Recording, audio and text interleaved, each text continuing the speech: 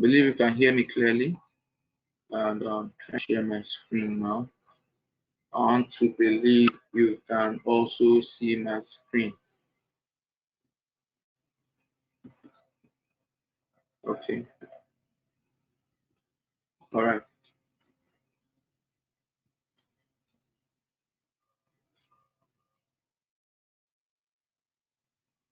Okay. So welcome once again. As I said earlier, my name is Engineer Emmanuel. They are laying out to believe you can hear me and you can see my screen clearly.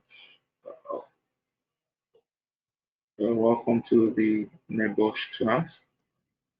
In our previous class, or our last class, we started with the first area, which was the foundation, and we discussed on some points or made some points where we did more like an introduction to this whole course. Okay, and I remember we went on to explain what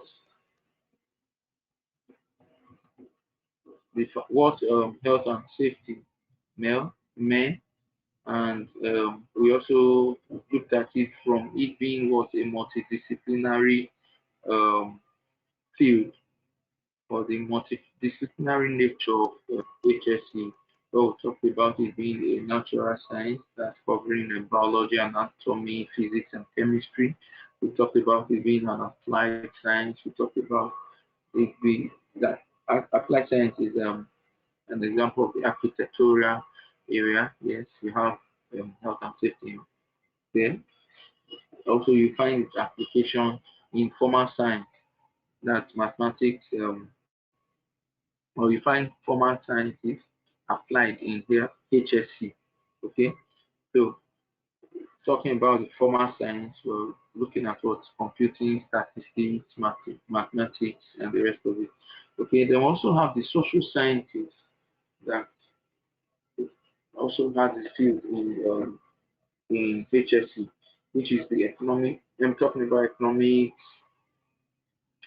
psychology, sociology, and the rest of them. All right. So we went on to talk about the barriers that affect good standard of HSC. That's com- complexity,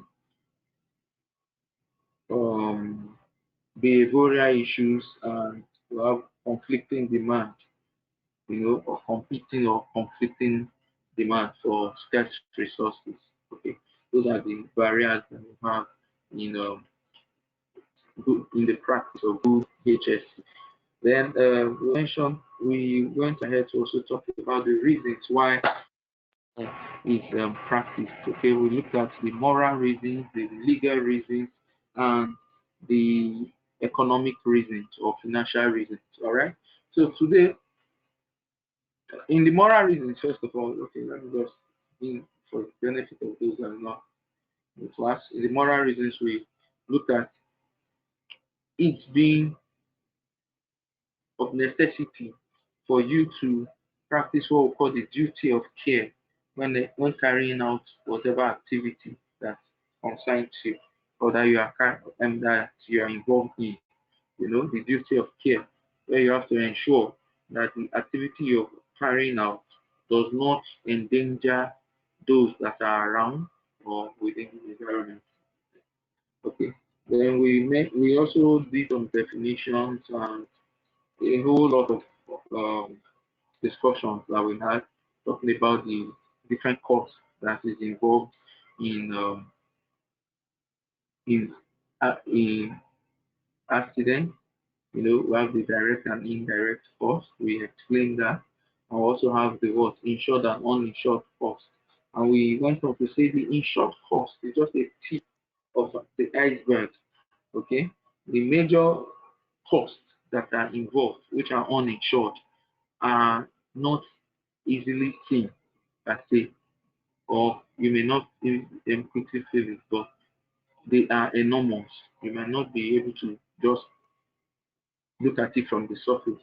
Okay, an example is a critical example is when you lose integrity or goodwill of your customer as a result of the series of accidents that occurs in your operations. Okay, you can lose the goodwill of customers. And I remember I mentioned that we have four basic areas that are always protected in HS, in health and safety, which is what now?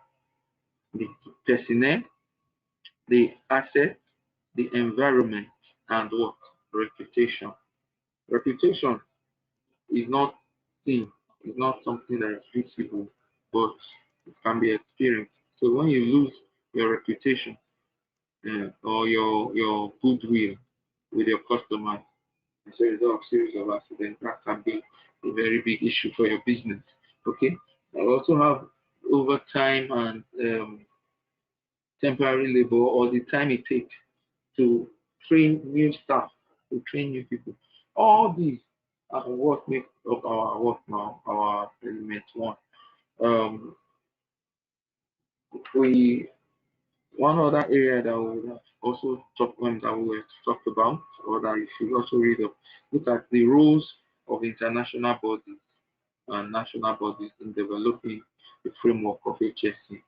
We have some of them have like the International Labour Organization, um, the international that's ILO, it's tripartite in nature. We have the workers representative, we have the employers, and then you have the national government, workers, employers, and national government. You know, those are they are those are bodies that make up the International Labour Organization. Okay, we also have the ISO, International Organization for Standardization, or International Standardization Organization. It's actually a French word. But that's what it means. Okay. Uh, Many of us must have seen some qualifications that talk about ISO certifications or qualifications. You have the one covering environment, you have the one that covers quality, and just like that. Like for quality, talk about the ISO 45001. The latest version is 2000 and for that too. Okay, we even have the 22001, that's 22001. That's the one that covers food safety. Okay. Then we have government rules. All right, we have government rules. And for government rules, you're talking about the legal framework or legislation that governs HSC practices within their features or territories, rather, within their region, their jurisdiction. Okay, so that's what we're talking about. That there. All right. Now that's all for element one. Today we'll be looking at element two, which covers um, which covers the plan. There is, let me see if I can get this one out into or something. Okay,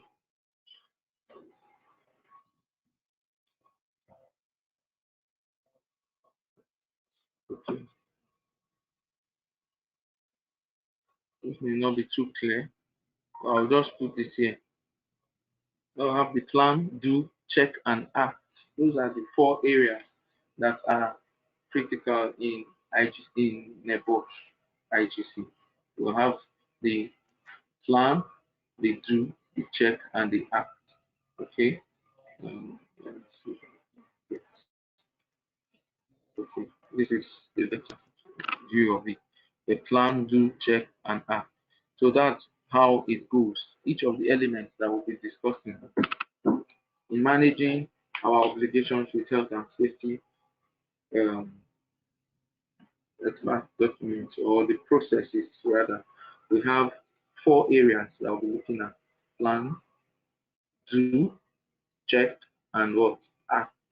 All right. So element two talks about what now? The plan. And the outline for this course, what we'll try to look out for is that we want to get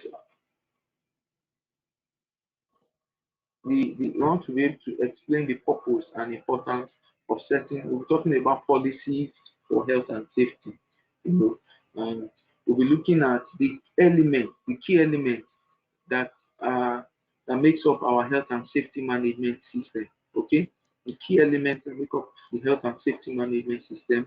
We'll be looking at um, the features of policies. We'll be looking at the purpose. Why do we set HSA? What's the purpose of setting health and safety policies? And what are the factors that can necessitate what now? The review of some of these policies or of policies. Okay. And from there we'll go to do, which is element three, where we'll be looking at the health and safety responsibilities. We'll be looking at the responsibilities of different strata of management. Okay. Safety officials, directors, and the rest of them. Okay, we'll be discussing all this in our element two and three. So let's um let's move on. Let's move on. Let's move on. All right. So the like I said earlier, the ILO, that's um, International Labour Organization for Occupational Safety and Health, 2001 Safety and Health Management System. What it requires, like what I showed us just now. You have the what called the PDCA cycle, right? The key features of the HS of health and safety. We look at what from the angle of what the planning to do, to check and act. What do we mean by this? Plan. We are looking at what are you going to do? You understand? In management, in standardization of our health and safety management system. Okay, what we call the HSMS. Okay, yeah. We look at it from these four angles. The planning, what do you want to do? What what are you going to do? What's the plan? What's the plan? Then do is what now? Talking about the action and the structure or the steps that will be taken. Then check is a review and evaluation. All right. Then act is for you to see, okay, if what you are doing isn't working at it, where what should be done, what action should be taken, you know, that's the area that looks at what the improvement measures that are taken in health and safety management system. All right. So when we're talking about the health health and safety management system, we're looking at it from the framework, that puts in place effective management of what now health and safety management system. All right. If you're asked what are the framework that what establish or help us to what establish the health and safety management system, I always want to use an acronym to explain that. I call it let me just type something that will make you remember that. POPAE.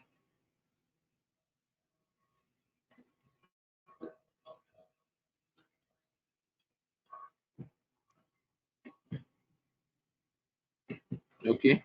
Yes, that's what I describe it as. Okay.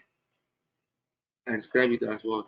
Now the POPAE, and I'll explain that shortly. I will explain that shortly to us. Now the first P there represents what now the policy. Now when we're talking about policy, what are we looking at? We're looking at what now? The area that covers statement of commitment, you know, the statement of commitment, things that shows the statement that shows the narrative that shows our commitment to safety. Okay, so in every organization, they must have what now? The safety policy. You understand? And then the next thing is what? Organizing. And when we're looking at organizing, we're looking at what now? We're talking about the roles and responsibilities. Okay, that's what we're looking at. The roles and the what? Responsibilities. Roles and responsibilities. That's the other aspect. Please, I hope we are taking note of all this. It's not enough for you to just watch. Alright, so FOPAE, yeah, that's an acronym that you can use to always remember it, and I'm breaking them down gradually. Okay, so what do I mean by that? The first P here is talking about what? Policy. Policy, and the O there talks about what? Organizing. And for policy, I've said that policy is talking about what? Our statement of what now? Commitment. What shows us, what are the narratives that explains our commitment to the health and safety practice. Okay. Then we look from there. We look at what? Organizing. Organizing is talking about the roles and responsibilities. All right, the roles and the responsibilities of each strata, each level of management, each level of personnel organization in the personnel um, structure in the organization. All right. So there you'll be looking at the organogram and the rest of it. We'll come to that shortly. And then we also have the planning and or planning plus implementation. Okay. Planning and implementation. All these are still under plan. So don't get it twisted. Okay. In the health and safety management system, all right? HSNS. Okay. We have it as what now? Policy. The framework is what we are describing here. The framework comprises of what now? The policy, it comprises of the organizing, which I said is the roles and responsibilities. Then we have what now? The planning and implementation, where we look at what now? The the detailed arrangement. All right, the detailed arrangements that we have. All right, then we look at what? Evaluation. Under evaluation, we'll be looking at what now? The monitoring and review. Monitoring and review. It's important that you have a monitoring system and a review system to be sure that okay, every structure organizing and that's every roles and responsibilities are carried out as planned. The policies are complied with. The detailed arrangement is being followed, all right, as it were, according to the standards or according to the guidelines of the international organizations or safety organizations as it is set for everyone to comply.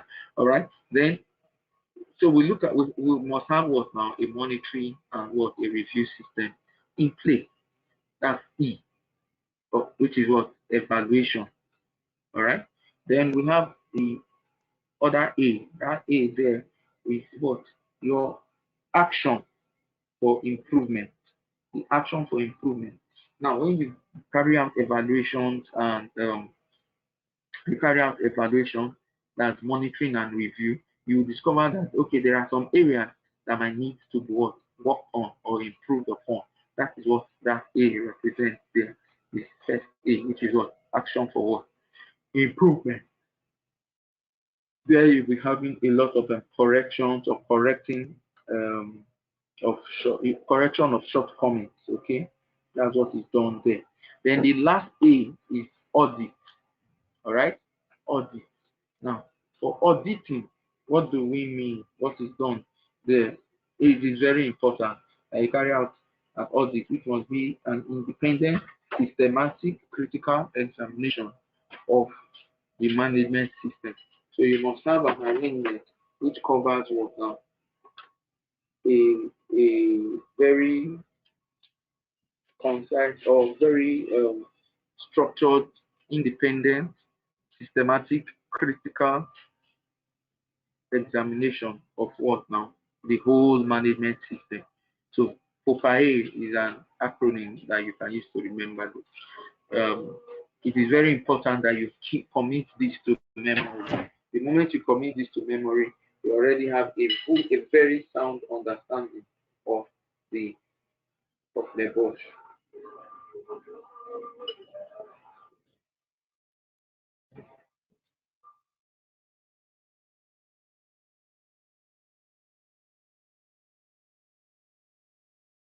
I hope you can hear me clearly. All right, I want to believe you can hear me clearly. So from there, we look at each of them. Now let's talk about each of these areas. Looking at what now? The policy. All right. Now for the policy in itself, that's the key.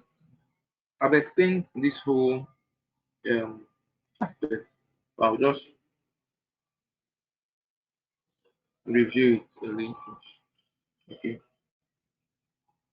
So I've said the clear statement of what the policy is a clear statement of commitment. Now all planning must be done as written document, which has what now different sections like the statement of intent. I'm going to come to all that now. So we're looking at the structure of it. But before then, I wanted to quickly mention that the key features of policy in itself, eh, for policy, the key features are the important to take note of this if you can hear me, jot it somewhere.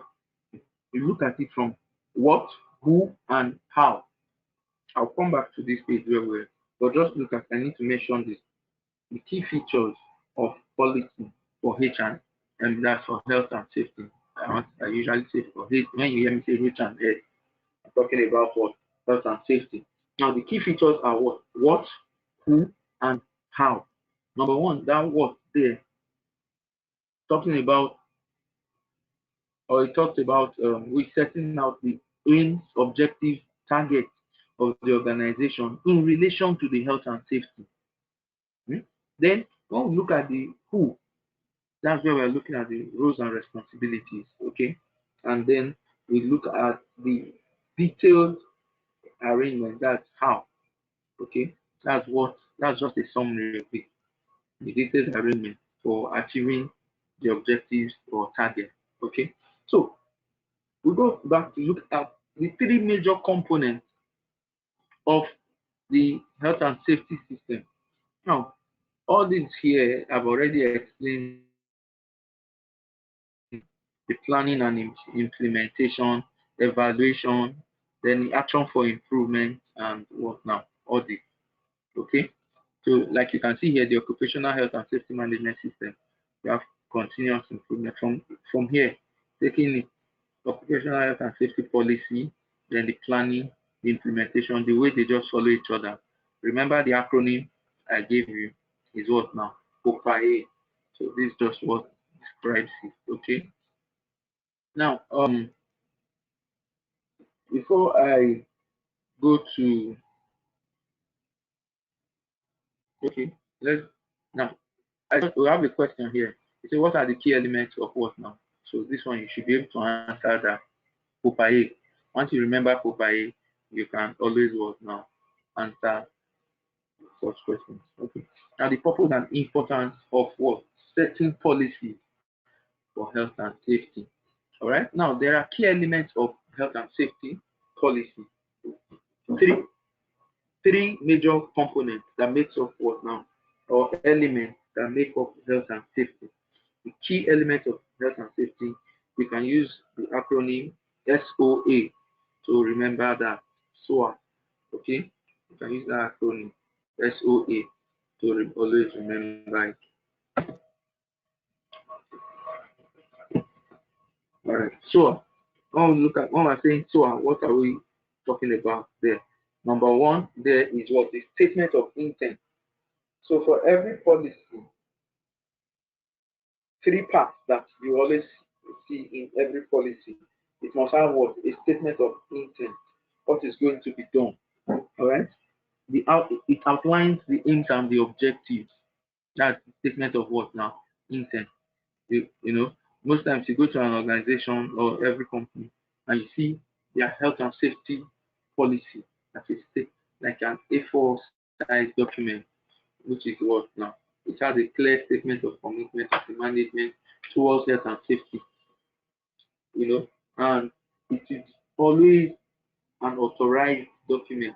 It must be signed by the number one person of that company, which is the CEO or the CEO or the director of the organization, as the case may be. That is the number one person. He must be the person who authorizes or signs that document. And it's usually corporate. So even in banks or financial houses, you still see their health and safety policy. So any organization you go to, you will always see them have the what now, health and safety policy, which is the statement of intent and outlines their aims and objectives as regards the good practice, then their commitment to what now, health and safety. Then you look at the next one, which is what, organization. Organization talks about what now, who is going to do what, you know, roles and responsibilities, the organogram usually shown there. It's an organization that you see the organogram. Organogram is that chart that shows you the role of the reporting channel or the cadre, the way the organization is structured. You see at the head there, you might see the chief executive director or officer, and then you have the executive director underneath, and then you have the other level, the first level of manage, senior managers, different managers like that. And you have maybe junior managers following, and you have other casual staff, just like that. So you have a reporting channel through that. Most times it is advised, in fact, in the world of safety, it is recommended that the safety manager must have a direct reporting channel to the number one person in the company.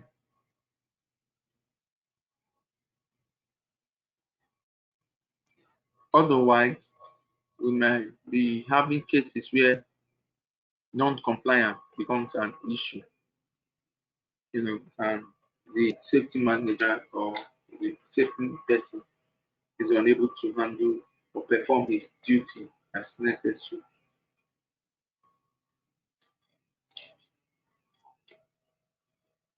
From there, we look at what now? Arrangement. So once again, the organization part talks about what now? Roles and responsibilities. Please don't mistake this organization part I'm talking about for the element of the key elements of health and safety system. Okay, though they have similarities, but the organization there is not the same as what we're talking about here. I'm looking at this one as a key feature of the policy. Okay, of the health and safety policy or the H&S policy. So we have roles and responsibilities, organogram, and what? The line of reporting. Okay. That's what makes up what now? The organizing section of the policy. All right. Then we have the arrangement. Arrangement there we're just looking at what now? The procedures in place, the general and specific procedures that are in place for achieving what now? The health and safety. Okay. So the arrangements that we have in place to control the risk associated with the carrying out of the job.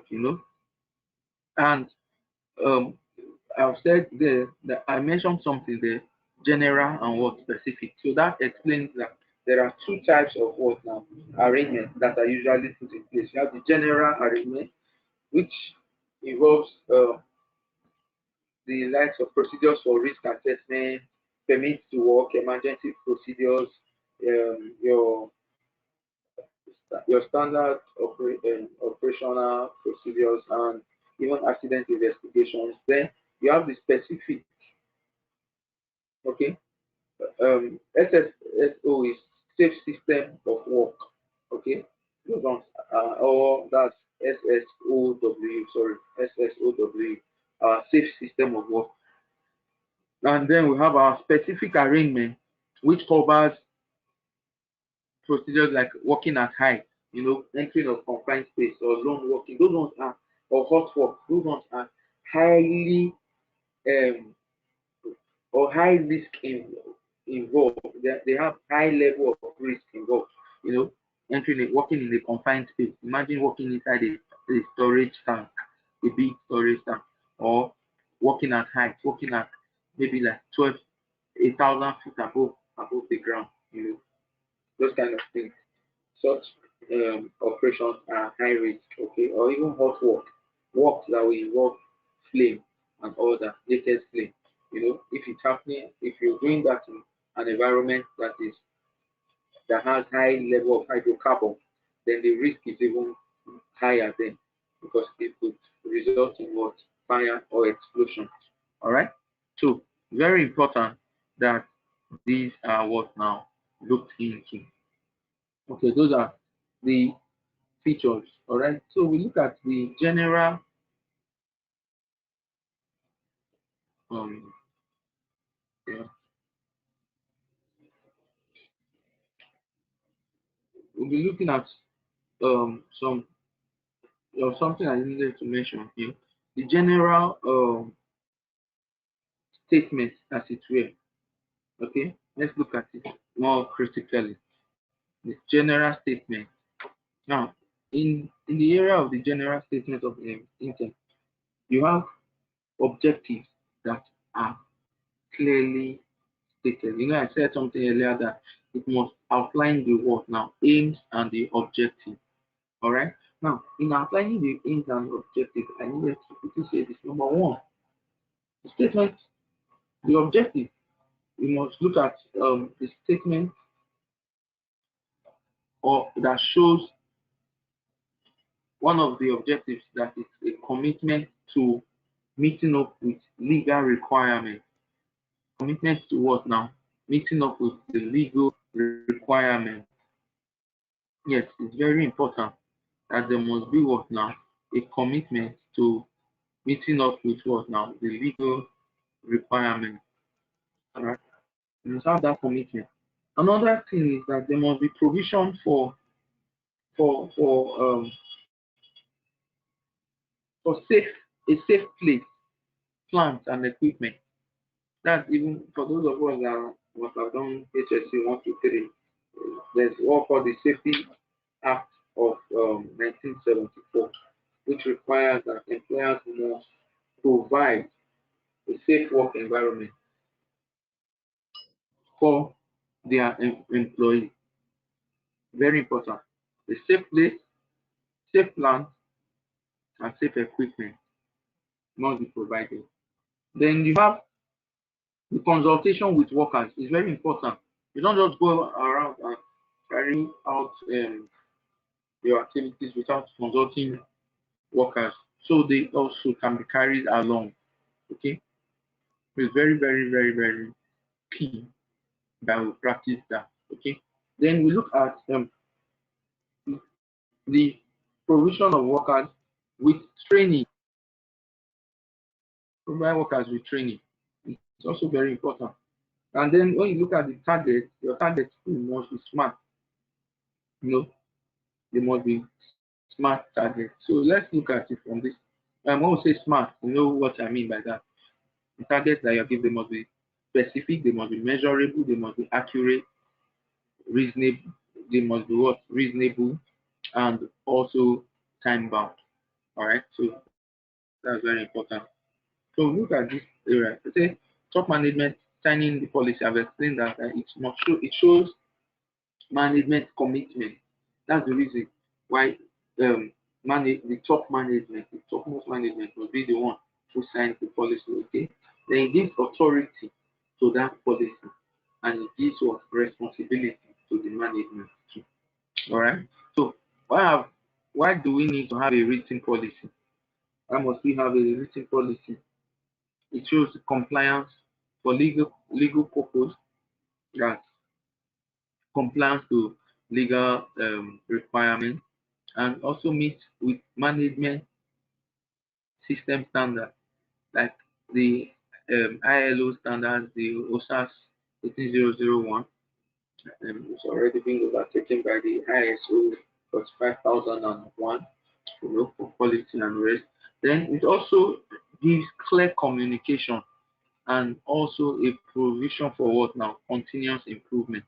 Okay. Then we look at the content of the statement of intent. The content of the what now?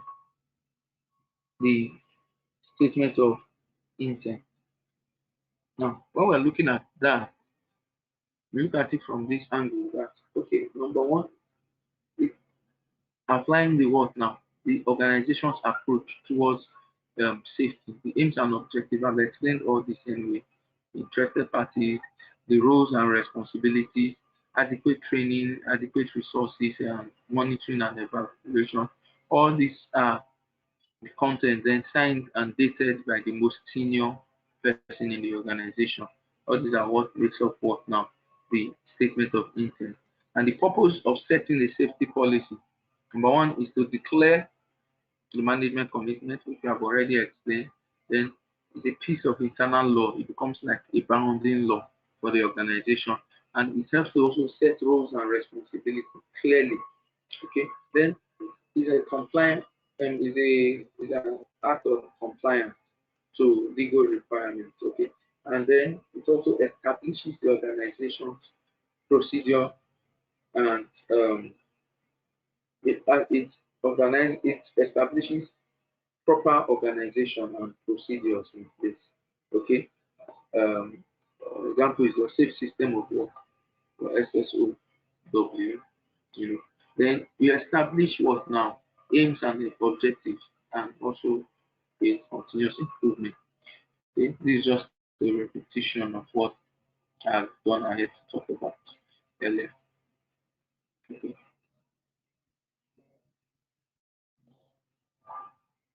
So we look at what now?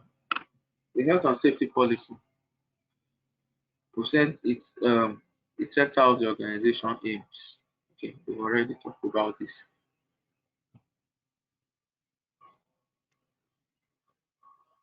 So um,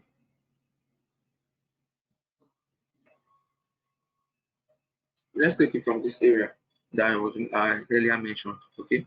Now, general statement of intent. We said that one, setting overall aims and objectives, complying with laws, achieving standards, remind workers at all levels of their responsibilities. Then you have that it's signed by senior person, and also it undergoes regular review. In fact, in most organizations, every year at the beginning of the year, the policy is reviewed and signed.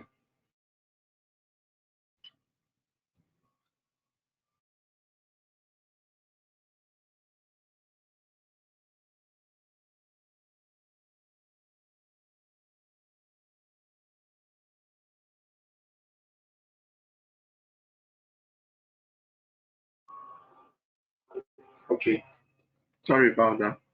I hope you can see my screen and you can hear me clearly. All right, so I said something about what the target. The target in your objectives must be what? Smart, specific. When we say specific, it means um, precise. It must be measurable. All right, then being measurable, that towards every, it can be quantified. You can measure the progress. You can measure you can assess it. You can evaluate it. All right. Then it should be achievable. It should not be something that you just set a bogus target that is not achievable. No, it must be achievable. For instance, okay, if we say that we want to have maybe we want to have maybe five, we want to conduct like five internal audits before the second quarter. You understand? And for maybe by the end of a the fourth quarter, we should have what now? At least 10 internal audits. I mean, 10 internal audits is the target for the year. That is measurable. So you start looking at it, okay, how do we achieve that? And so we having almost every month. We should be having what now? An internal audit. That's fine. Okay. Another thing is, okay, you say something like maybe you want to conduct risk assessment before the commencement of any task. That is a target.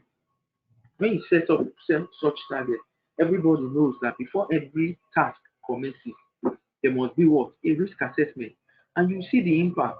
Okay? See another one here. We say, okay, maybe you want to review all 48 risk assessments within 12 months. So for a year, you want to review all the risk assessments that you have carried out for every task that was conducted within 12 months.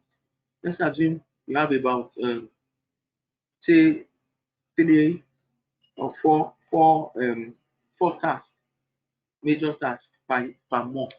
That's like an average of 1 task every week, for instance. So within a space of 12 months, you are going to be able to review all of them. That is achievable. Then it should be reasonable also. It should be reasonable. It is very reasonable within a time scale and within the limited resources or the scarce resources that are available. You should be able to what now? Achieve that. And then it should be what now? Time bound. There should be deadline. Okay, like we have said here now, we say within 12 months or within the first quarter. Okay, we want to have this, 10% reduction.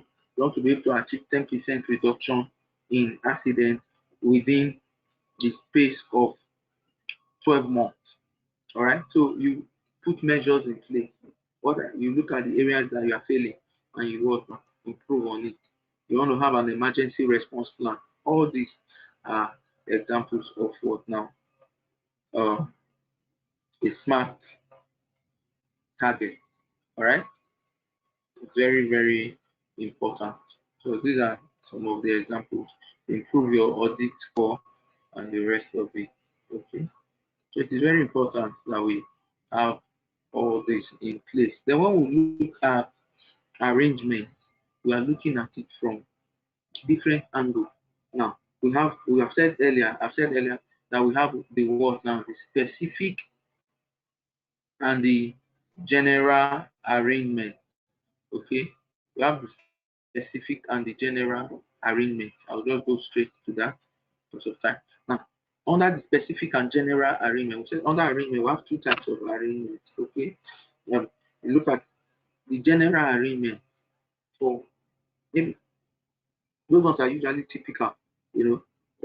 Example is maybe toilet um, facilities now, or training, reporting, welfare, and the rest of that.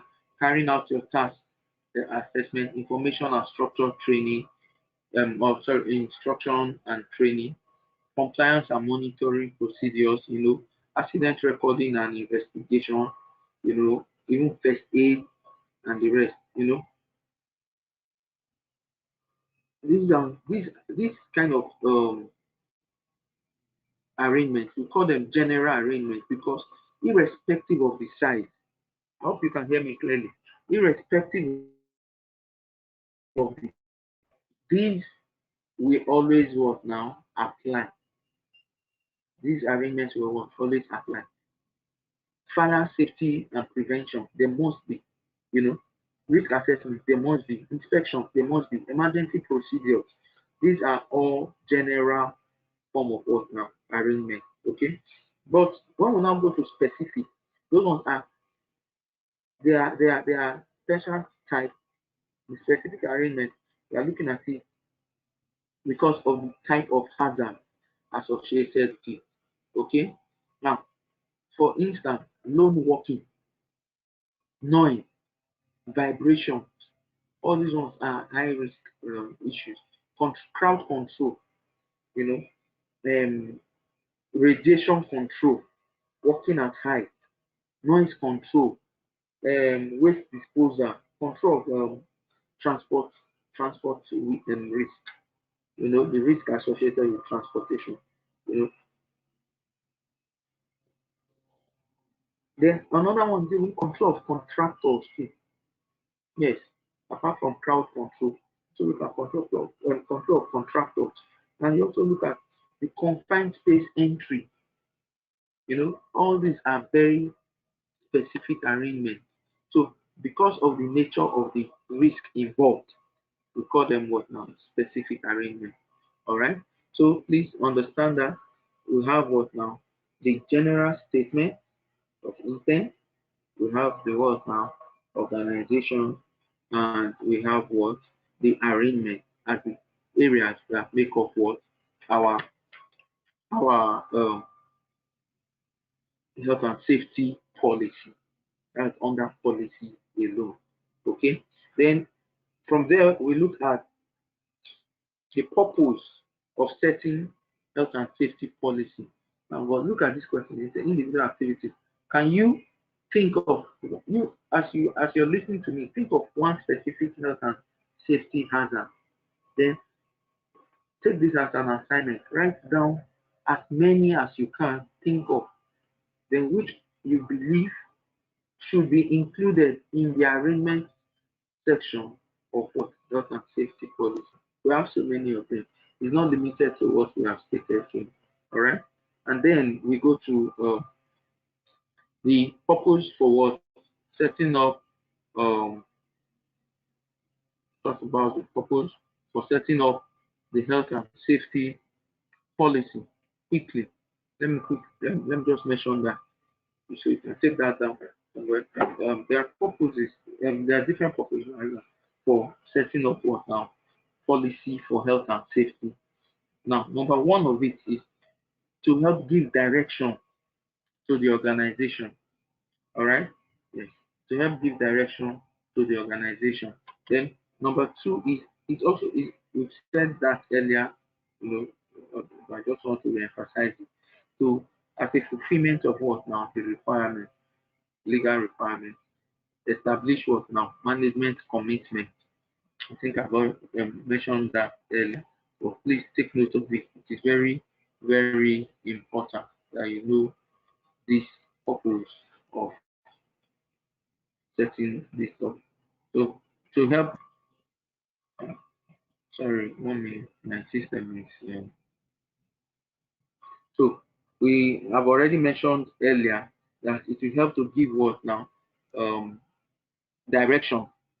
So it helps to establish management commitment, and it also gives direction to the organization. All right, those are some of the purpose for setting up what now the policy. Then one other one that I would not want us to forget is that decisions we need to meet the aims of the what now of the policy and the commitment made. Yes, every of these decisions we take must meet what now the aims and objectives of the policy.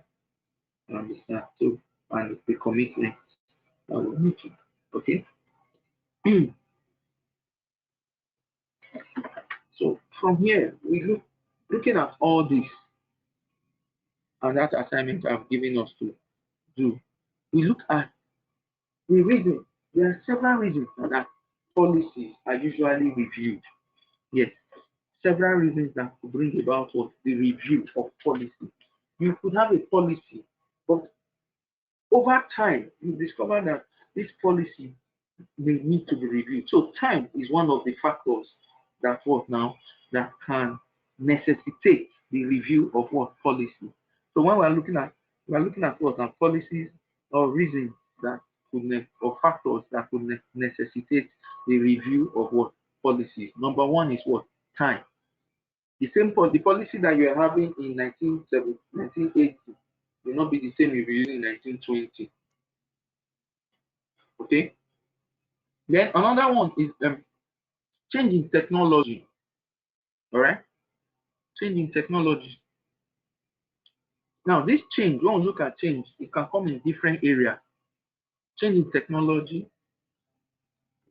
the, the kind of systems that we use. I've seen a video somewhere of 5 MB memory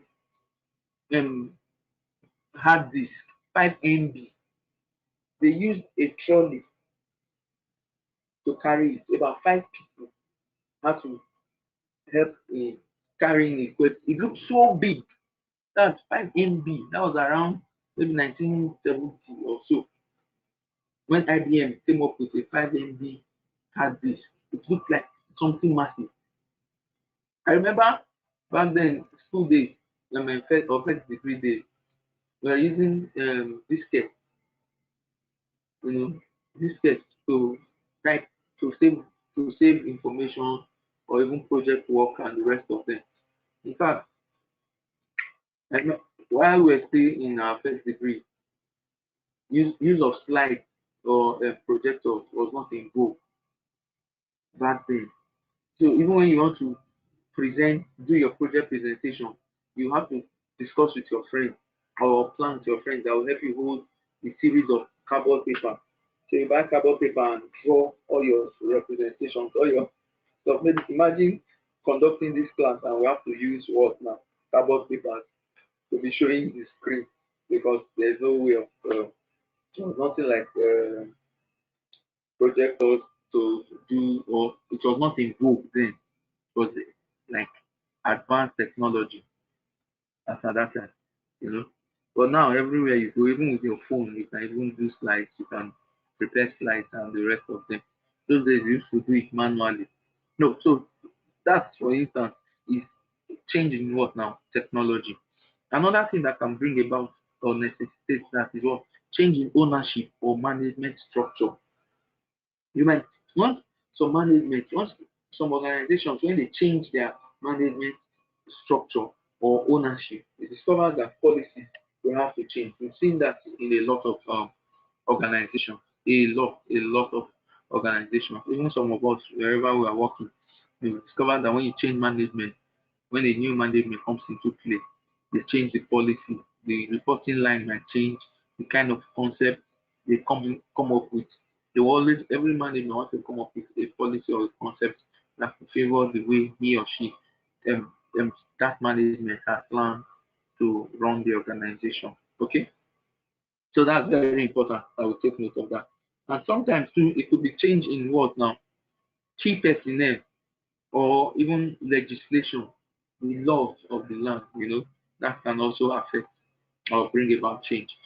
Then you also have as incidents also. Yes, incidents can bring about that, can bring about what? A change in policy. If there's an incident, there can be a change in what now? Policy. For instance, maybe there is an accident that happened because of some policies in place. It will change, it will bring about a change in policy. I remember some years back, the organization I was with, we were auditing one of the IOC. Were auditing and carrying out their risk assessment for one of the IOC and some investigations too. So the contract that was given to us to execute. And they had an issue in an FPS, in one of their FPSOs. They had a fire accident that brought about the loss of a lot of things. Thankfully, no life was lost, but there was gross quantum destruction of the facility and investment. It was massive. And a lot of heads were rolling. That they started laying off some people, querying people, demoting people, and all that stuff. So they set up an investigation.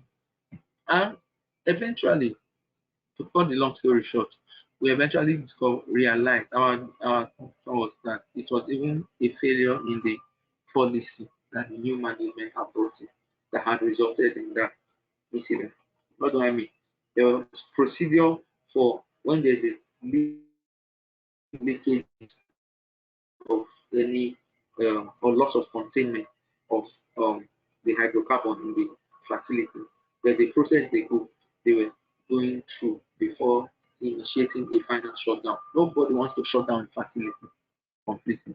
But the management changed the procedure, and that change in procedure detected the leak, unable to act as they were supposed to. That's just a summary of it.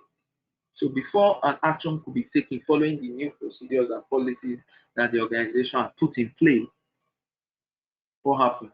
There was already a fire incident, and that led to the loss of the property and all that. So that can also bring about what now? Change in what? You reviewing your policies sometimes. Such accidents will make such policies that have been put in place to be giving another review. Another one is after audit, like this example I just gave. After our audit and inspections and order from the accident, it was necessary for them to review their policy, and that they eventually had to do. All right.